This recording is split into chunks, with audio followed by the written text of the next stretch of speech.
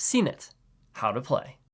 The object of the game is to bear your pieces off the board first. Lay out the board.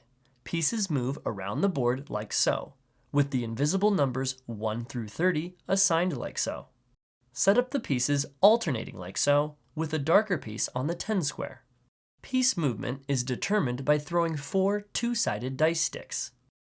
1 flat side up is 1, 2 is 2, 3 is 3, 4 is 4, and all 4 rounded sides up is 6. Alternatively, you can play with a die, but you ignore 5s. Players take turns rolling to see who can roll a 1 first. The first to roll a 1 takes control of the darker pieces for the remainder of the game and moves the piece on square 10 forward 1 square. Then that player rolls again. On your turn, you move a piece exactly the number rolled.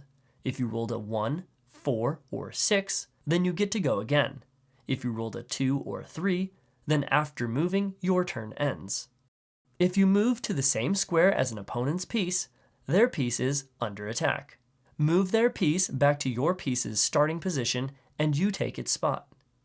2 pieces of the same color may not occupy the same square, but 2 pieces of the same color that occupy consecutive squares next to each other protect each other from being attacked. If you have 3 of your pieces in consecutive squares, then you form a block, and your opponent may not attack or pass pieces over your block. If you are unable to move a piece forward, then you must move a piece in reverse, still swapping locations of an opponent's piece you land on.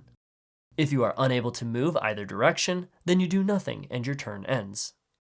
Square 27 is water, and it is a trap.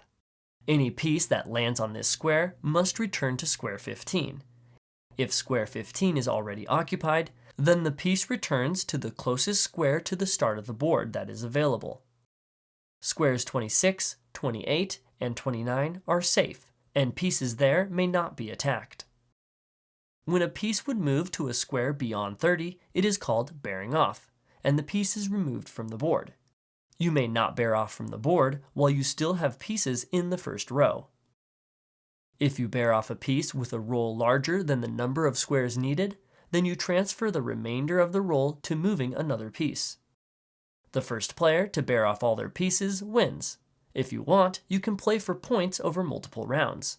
The player who wins the round scores 1 point for each of their opponent's pieces in the third row, and 3 points for every piece in the first or second row.